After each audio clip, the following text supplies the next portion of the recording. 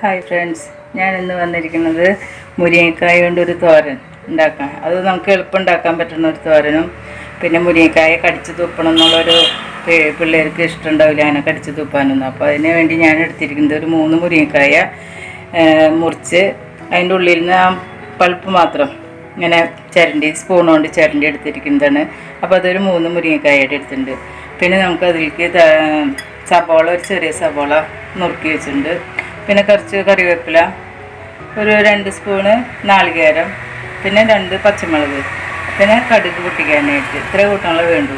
നമുക്കിത് വേഗം എളുപ്പം ഉണ്ടാക്കും ചെയ്യാം.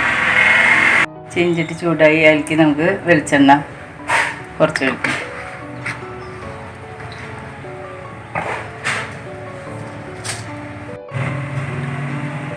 അപ്പോൾ വെളിച്ചെണ്ണ ചൂടായി നമുക്ക് കടുക് ഇട്ട് പൊട്ടിക്കാം.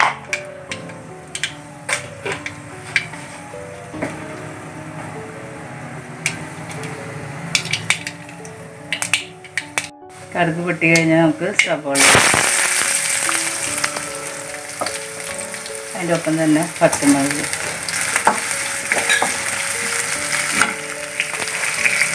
കറിവേപ്പില,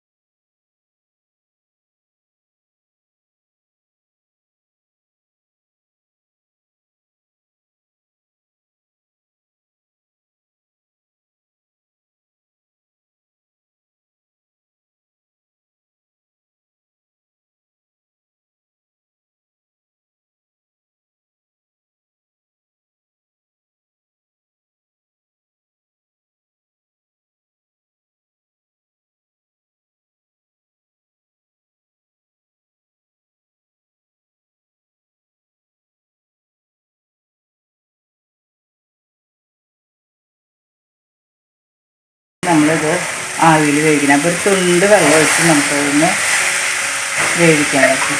തുണ്ട് വെള്ളം മതി, അധികം വെള്ളം വേണ്ട. എന്നിട്ട് മൂടിയിട്ട് തീ കുറച്ചിട്ട് വേവിക്കുക. ഒരു 5 മിനിറ്റ് കഴിയുമ്പോൾ നമുക്കിത് വെന്ത് കിട്ടും. മൂടിയിട്ട് വേവിക്കുക.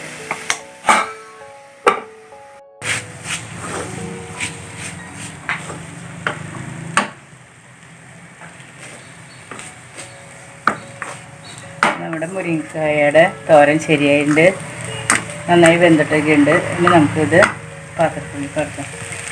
നമ്മളെല്ലാവരും ഇത് ഒന്ന് വീട്ടിൽ പരീക്ഷിച്ച് നോക്കണം. എളുപ്പം ഉണ്ടാക്കാൻ പറ്റാവുന്ന ഒരു കറിയാണ്, എല്ലാവർക്കും ഇഷ്ടപ്പെടും. അപ്പോൾ ഇഷ്ടപ്പെടുകയാണെന്ന് വെച്ചാൽ എൻ്റെ ചാനൽ സബ്സ്ക്രൈബ് ചെയ്യാനും ഷെയർ ചെയ്യാനും മറക്കരുത്. Thank you.